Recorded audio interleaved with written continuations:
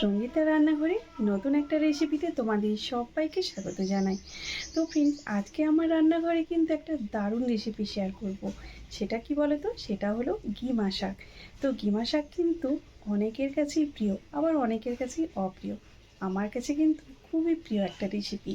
তো এই রেসিপিটা যদি তোমরা আমার মতন করে বানাও, তো সেটা দিয়েই পুরো ভাত খাওয়া হয়ে যাবে।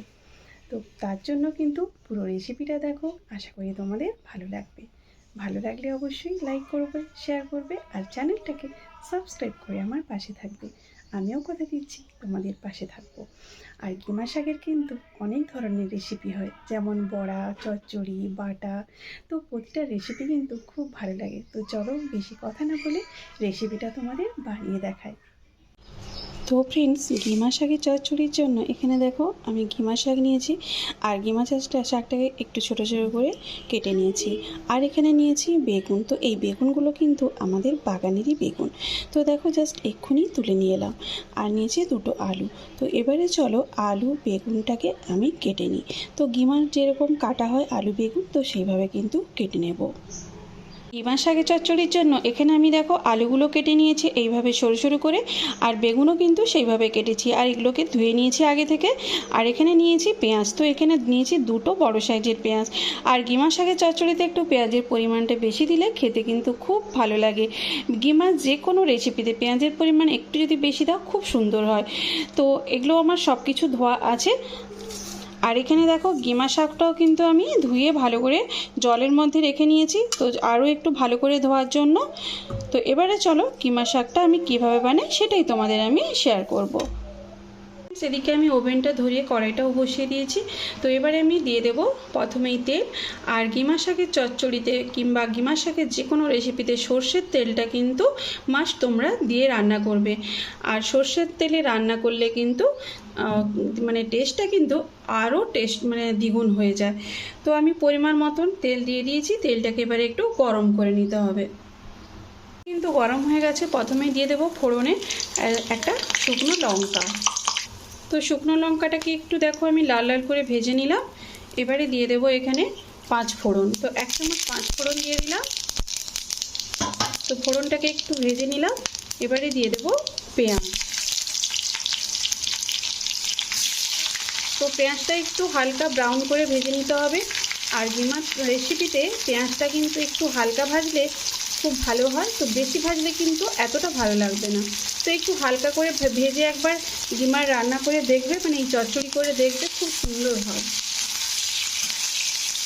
তো আমি হালকা করে পেঁয়াজগুলো ভেজে নেব।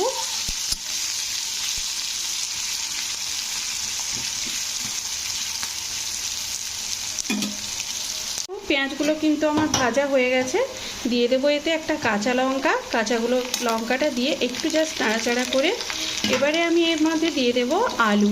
তো প্রথমে আলুগুলোকে একটু হালকা ভেজে নিতে হবে।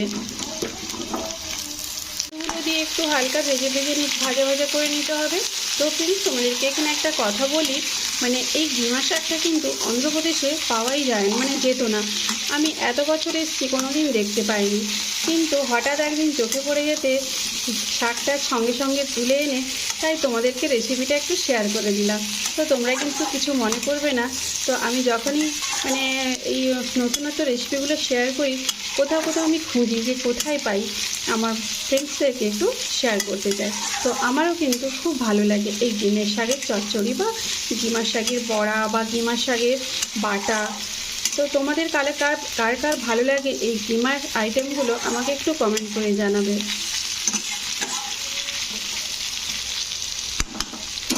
তো আলুগুলো একটু আমার ভাজা হয়ে গেল। এবারে কিন্তু আমি বেগুনগুলো দিয়ে দেব। তো বেগুনগুলোও কিন্তু পেঁয়াজের সঙ্গে ভেজে নিতে হবে। তো এই সবজি একটু ভাজা করে নিলে গিমা শাকটা কিন্তু খেতে ভালো লাগে।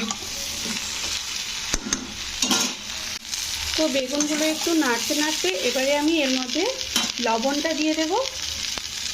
তো লবণটা 1 চামচ দিয়ে দিলাম। তো লবণটা দিয়ে আবার একটু নাড়াচাড়া করে তো 2 থেকে 3 মিনিটের জন্য একটু ঢাকা দিয়ে দেব।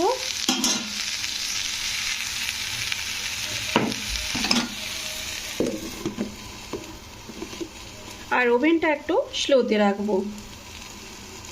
ফ্রেন্ডস, 2-3 মিনিট আমি ওভেনের ফ্লেমটা স্লোতে রেখে ঢাকাটা দিয়ে রেখেছিলাম। তো তার কারণে দেখো আলু আর বেগুনটা একটু নরমও হয়ে গেছে, আর দেখো নিচ থেকে তেলও ছেড়েছে।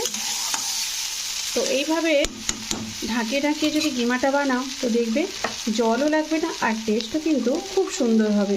এবারে আমি দিয়ে দেবো 1/2 চামচ মতো লঙ্কার গুঁড়ো আর 1/2 চামচ মতো হলুদের গুঁড়ো। তো দিয়ে আবারও একটু নাড়াচাড়া করে দিতে হবে। তো সামান্য একটু নেড়ে ছেড়ে এবারে আমি দিয়ে দেবো কিমার শাকগুলো। তো কিমার শাকগুলো দিয়ে দিলাম। কিমার শাকগুলো দিয়ে এবারে নাড়তে হবে। তো কেমন লাগলো আমার এই কিমা শাকের চচ্চড়ি একটা কমেন্ট করে কিন্তু তোমরা বলবে। তো সেই অপেক্ষায় আমি থাকলাম। তো এইভাবে কিন্তু নাড়তে হবে কিমা শাকটাকে, আর এতে কিন্তু আমি এক্সট্রা কোনো জলও দেব না, আর সর্ষের বাটাও কিন্তু অ্যাড করব না। তো সর্ষের বাটা না দিয়ে কিন্তু কিমার শাকটা খুব ভালো হয়। তো যাদের পছন্দ সর্ষের বাটাও কিন্তু দিতে পারো। তো এবারে আমি এটাকে ঢাকিয়ে দিচ্ছি 2 থেকে 3 মিনিটের জন্য, আর ওভেনের ফ্লেমটা একটু স্লোতে রাখছি। তো ফ্রেন্ডস এবারে আমি ঢাকাটা খুলবো। তো দেখো আমার কিমা শাকটা খুব সুন্দরভাবে হয়ে গেছে। তো এবার একটু নাড়াচাড়া করে নিতে হবে, আর ওপর থেকে আমি সামান্য একটু সর্ষের তেল দিয়ে দিচ্ছি। তো ওপর থেকে একটু সর্ষের তেল দিয়ে দিলে আরও সুন্দর লাগবে খেতে। তো এবারে কিন্তু আমি ওভেনটা অফ করে দেবো। তো আমার কিমা শাক কিন্তু রেডি।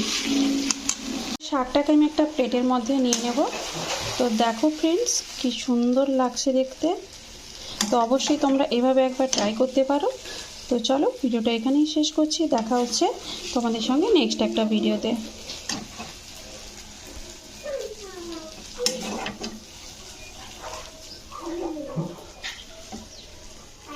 তো ততক্ষণে তোমরা সবাই ভালো থাকো, সুস্থ থাকো।